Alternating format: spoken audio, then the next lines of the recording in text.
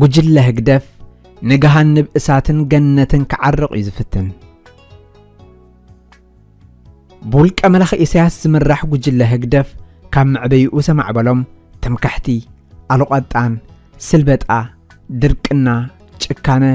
ጃህራን ሓሶትን ስስዕን ቀንዲ ሕላገቱ እንታይነቱን እዮም እዞም ርኹሳት ጠባያት ድማ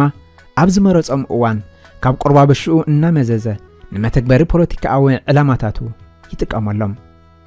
ሃንዳስን ኣዘውታርን ናይዞም ክቢሎም ዝተጠቕሱ ካብ ስነ ምግባርን ሰብኣውነትን ዝረሓቑ ኣመላት ውልቀ መላኽ ኢሳያስ እዮም ኣብ ዝሪኡ ዘገልግልዎ ካድራቱን እሙናቱን እውን ኣስሪፅዎ ንሳቶም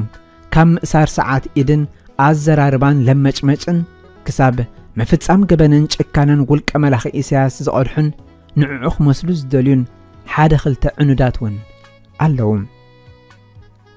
ድሕሪ 1991 ጥራይ በብእዋኑ ብልሳን ውልቀ መላኽ ኢሳያስ ተዳሕድሑን በጨቕ ዝብሉን መደረታት ንዕቀት ኣብ ህዝብናን ስውር ዕላማ ንምድኻምን ምልሓቕን ሃገርና ወዘተ ዝብሉ መመኽኔታታት ይወሃቦም እዮም ይኹን እምበር መግለፂታትን መደረታትን ውልቀ መላኽ ኢሳያስ ካብ ጥዑይ ኣእምሮ ዘለዎ ሰብ ዝወፅ ኣይኮነን እቲ ንሓድሕዱ ዝዋቓዕ ቃላት ሓረጋትን ውልቀ መላኽ ኢሳያስ ዕላምኡ ንምርድኡ የጸግም ሕቶታት ኣብ ክንዲ ዝምልስ ካልእ ስለምንታይ ዝብሉ ሓደስቲ ሕቶታት የልዕለልካ ምኽንያቱ ካብ ፕሬዝደንት ሃገረየ ዝብል መራሒ ባዕሉ ክምልሶ ዝግብኦ ሕቶታት ክፈትሖ ዘለዎ ጸገማትን ንተራ ሓላፍነት ዘይብሉ ሰብ ከዋጥር ልሙድ ኣይኮነን ህዝቢ ኤርትራ በቕረብ ዝተጽሩይ ማይ ንዓመታት ክጣራዕን መስተርሆት ክረክብን ክሓትትን ከሎ ኣብ ክንዲ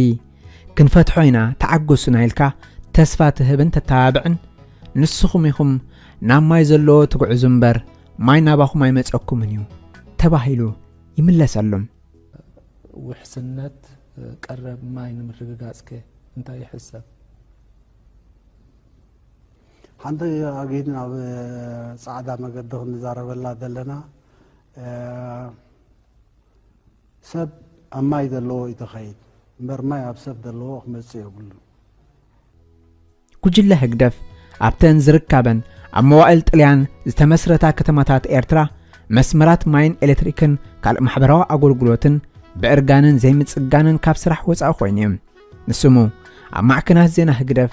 ዲጋታት ተሃኒፀን ሚልዮናት ሊትሮታት ማይ ከዚነን ይበሃል ጸገም ስተ ማይ ግን ኣይረሃወን ህግደፍ ካብ ጽባሕ ናጽነት ኤርትራ ንገለ ዓመታት ብሰንኪ መግዛእቲ ኢትዮጵያ ቁጠባ ሃገርና ከም ዝዓነወን መመኽኔታ እናቐረበ ንድኽመታቱ ክሓብእ ይፍትን ነይሩ ከይንምዕብል ዘቐንኣልና ሓሳራት ሃገራት እገዳ ጌርና ኣልና ክብል እውን ኣይሓፍርን ድሕሪ 33 ዓመታት ከኣ ኣብ ዓዲ እገለ ንፈለማ እዋን ቤት ትምህርቲ ተሃኒፃ ትካል ጥዕና ተኸፊታ ጸገም ማይ ተፈቲሑ ናይ ሓመድ ጽርግያ ዘላታት ብወፈራ ተጸጊኑ ብተማሃሮ ክረምታዊ ማዕቶት ሰራዊትን ኣግራብ ተተኺሉ ንዞባ ጊንዳዕ ምምሕዳር ከባቢ ዓጎንበሳ ኣብ ጉቡእ ዕድሜዮም ዕድል ምጅማር ትምህርቲ ዘይረኸቡ ቆልዑ ብመደብ ዓርዮት ንኽርከቡ يقرأ بمدب عريات نخركبو زكاة زلو صعري التبابع وصيت يركبو خم زلو تقليصهم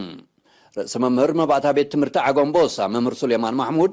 تابيت تمرتي أبكل تشين 10 شعتن بسمانية تمهارو أب تحت سلال قرب عقل قلوت كم زرج جمرت سني حقن بيجنفر تمرتي زوبا سمينا وقح بحري ناي صدقة حاجز تغيرلا نبداس كم تسقاقرت بمحبار زبلو أسهل شوت زيناتات يزرقع أب إرترا 33 ዓመታት መዋዕል ፍርቂ ዕድመ ሰብ ስለ ዝኾነ ኣብ ውሽጢ 33 ዓመታት ኣብ ዳሳት ኣብ ትሕቲ ኣግራብን ዝመሃሩ ዝነበሩ ተማሃሮ ኮፍ መበሊ ዘለዎ ክፍሊ ተሰሪሕሎም ክትብል ሕፍረት ምዃኑ ጉጅለ ህግደፍ ፈጺሙ ኣይስቆሮን ወይ ድማ ኣብ ልቢ ሰብ ዘየለ ጓናን እንስሳን ጉጅለ ህግደፍ ህዝቢ ኤርትራ የታልልን ይሽፍጥን ምህላው ንጽር ነቲ ዓለም ኣበይ ደረጃ በጽሓላ ዝፈልጥ ኤርትራዊ ግን መስሓቅ እዩ ናይ 33 ዓመታት ኣሃዛት ደጊምካ እዚ ዓወት ኣመዝጊበ ወይ ሰርሐልካ ክትጀሃር ብዘይካ ነፍሲ ምድዓዓስ ካልእ ፋይዳ የብሉን ውልቀ መላኽ ኢሳያስ ነቲ ኣብ እዋን ጥልያን ዝተተኽለ ፋብሪካታትን መስናዓትን በብሓደ ካብ ስራሕ ጠጠው ከም ዝብልን ነበር ከም ዝኸውንን ምግባሩ ኸይኣክል ኣብ ኤርትራ ፋብሪካ ፀዓት መዕርፎ ነፈርቲ ኣገልግሎት ወደብ ፍርያት ባሕሪ ዕደና ትሕተ ቅርፂ የለን ክብለና እንከሎ ድማ ነበዓል ነጎዳ ባሓው ደብሶ ወይ ኣይትብከንዲ ዘብከኒ ዘብል إذا مراد الله مع البنا فرتي كان عرفت حسب الله حالك أو أركيرك ترف تراها إذا مع البنا فرتي كنا نوصل سنها مراها ختماس لدخانات رس ختماس لدخانات ما أكلت لدخانات إلا نزارنا سلمت إيش مران ده أسمرها يجي حتى خبتن نقول نزن كنا كايدن سنحنا ناي مقعزي أير برنامجنا كابز في الشيل دلو تنكي أسمراي بزح ناي تكنيك إلاسات من الوقت كزارو ونجن ويو دعا أبي إرترا نتول كملاخي إسياس زاربون زفت سمون ناي عربتن مستنع تكباراتن بهلوتاتن زواترون أب حق زقرون عدلات تسعي نمبر تحتاتي ناي كل ودكاتن جبناتن والكملاخي إسياسن عشا خورتن يوم بفلاي دما والكملاخي إسياس أب حملة خلتشحن 18 أب إرتران إثيوبيان زهابو لب هزبنا زسبر نايت المتن تدمرنان نهزبي إرترا أنصباريو زي فلت في الشختان تحواسن استسنه مجلتي ناي أمان سور حلمتات إسياس زق هادهم موتنيرو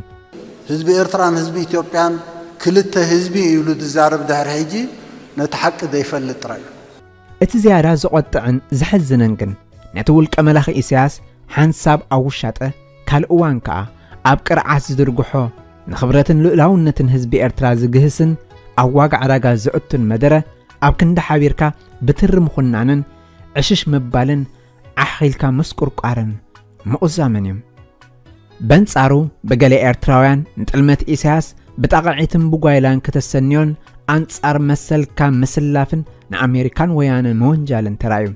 كور تقمتال كم زبهال اتم نجبناتن تلمتن والكملاخي إسياس عقب زبلو إرتراوان دليت فتحي كدعاتن زي إرتراوانن سمتواهبوام والكملاخي إسياس